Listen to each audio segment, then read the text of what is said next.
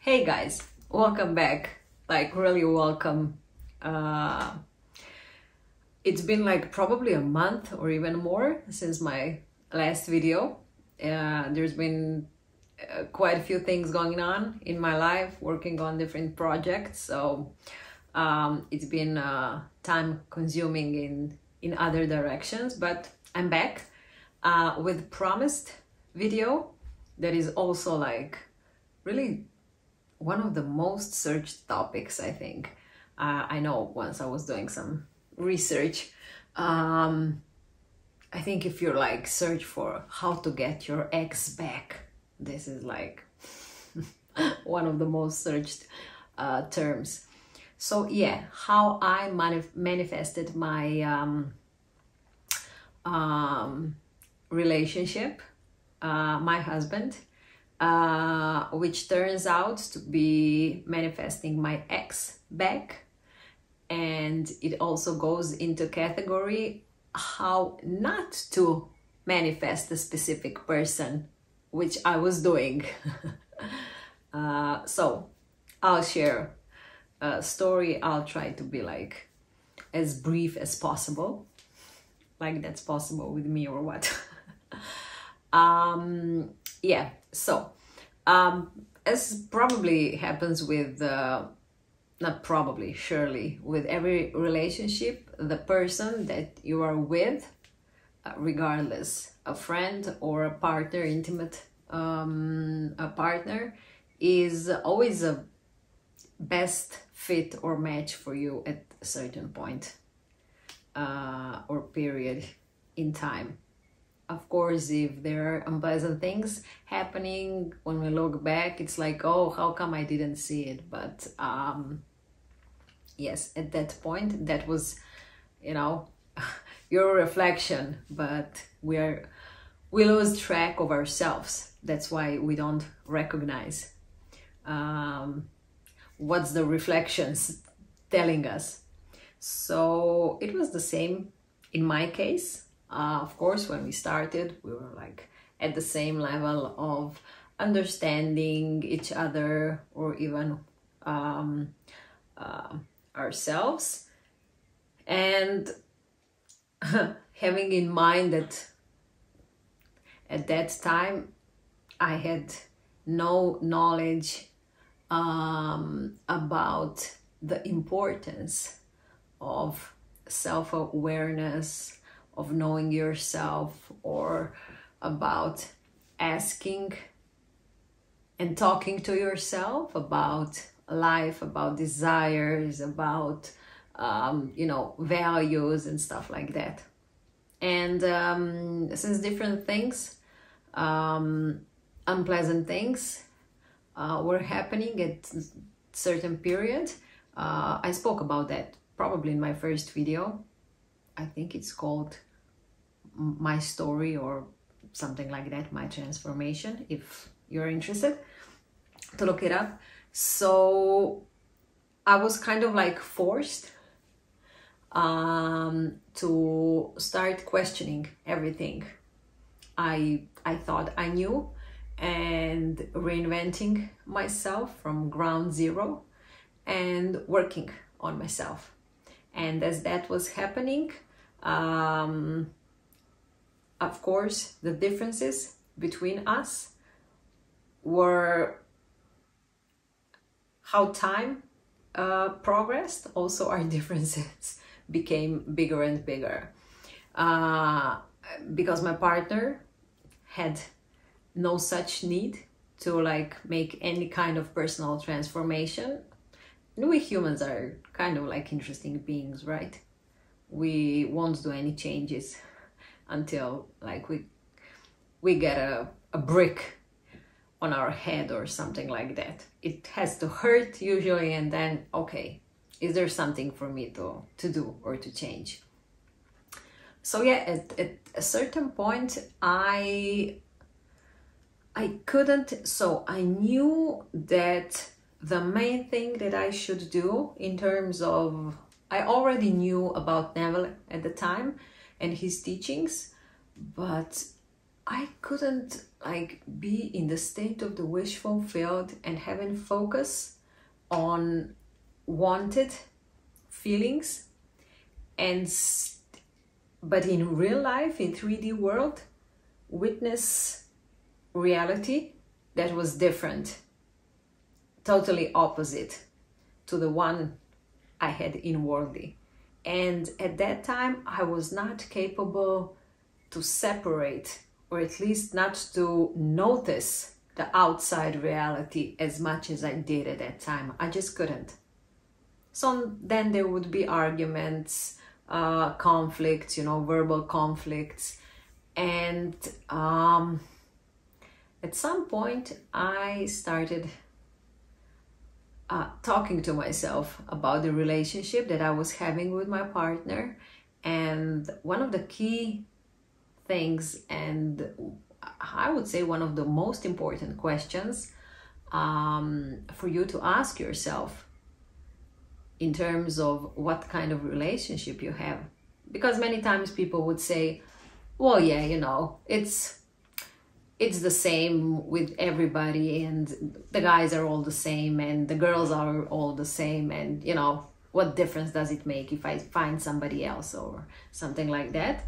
But the question that I asked myself, and that I encourage people that I'm working with or my friends to ask themselves, is if you have kids, would you want your child or your children to have this kind of relationship that you have?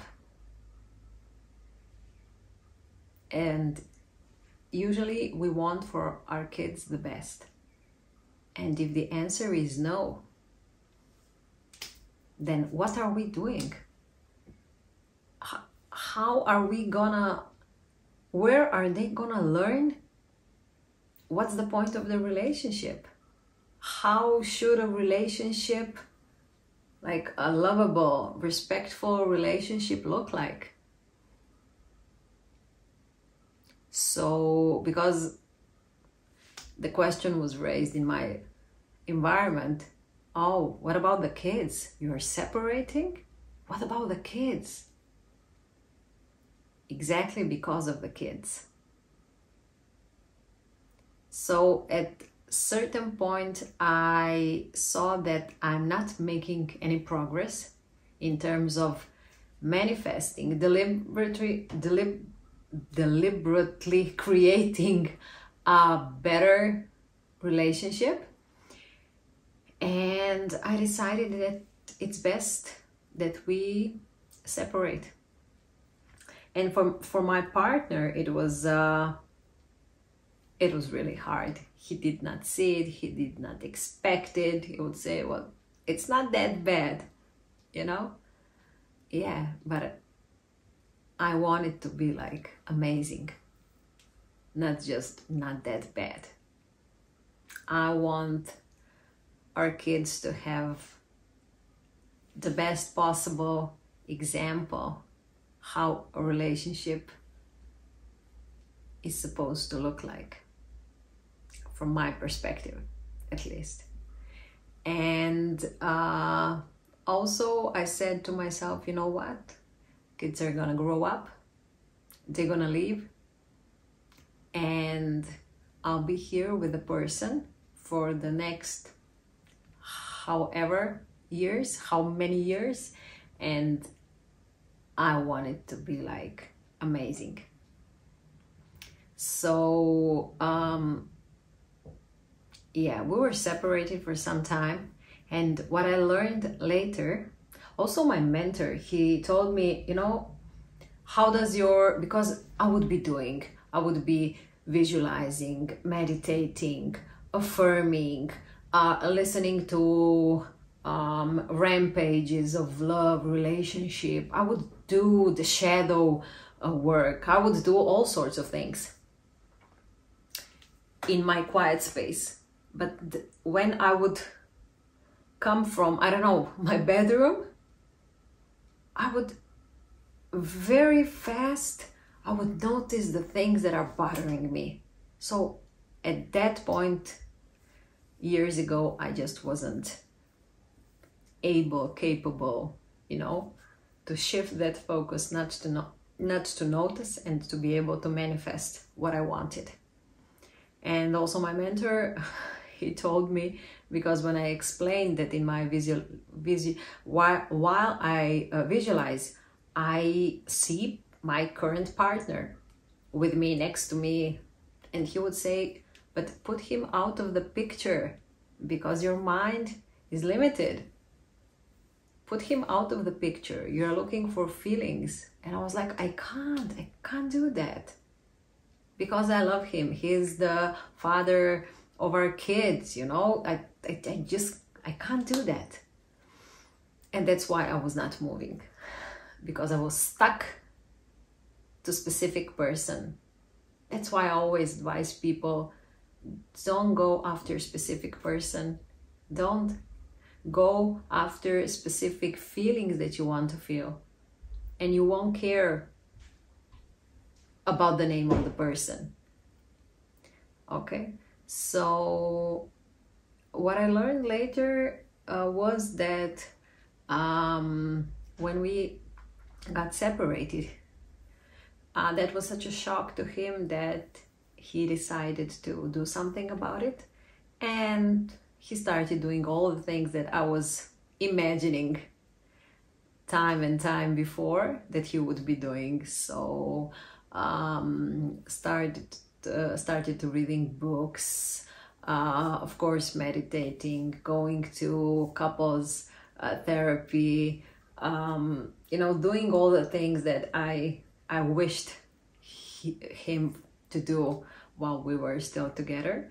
And then somehow situations happened that we would find each other together at, I don't know, some birthday events, parties, whatever. Started spending more time with each other and having conversations about not necessarily different subjects, maybe even on the same subjects, but conversation would be completely different, on a completely different level, with some depth in it. And I noticed that, you know, the gap between us was not like this anymore, but it was narrowing as time went by. So yeah, to make long story short, we ended up together again, being together. Of course, the kids were the happiest, and then the famous virus happened and everything, and which was like really good test, because we were stuck for what, 2 years, and we saw that we are really good together. So last year we had a wedding, and it was great. And I love telling this story because I know that it's rare to be back with your ex on a much higher level than before. So yeah, I don't know what else to say. Maybe just have in mind that I was really ready to move on without him. I wasn't considering the idea of us being together again. I just knew that the way we were functioning is not what I want for me, for my kids, and at the end also for him, because I knew I was not the best possible partner I could be. So I hope I gave you some ideas, some clues to think about. I never advise when people come to me, I want specific person. I always advise go about specific feelings, not the person, because you won't care the name or the looks of the person when you get all those feelings with that person. So this is it on the my relationship subject. If you have any thoughts, any comments, of course, leave them, share them also for the community, or if you have a story to share also for the community. And I'll see you in my next video. We'll move on with the specifics from Neville Goddard's teachings. Enjoy your day, and I see you in next video. Bye.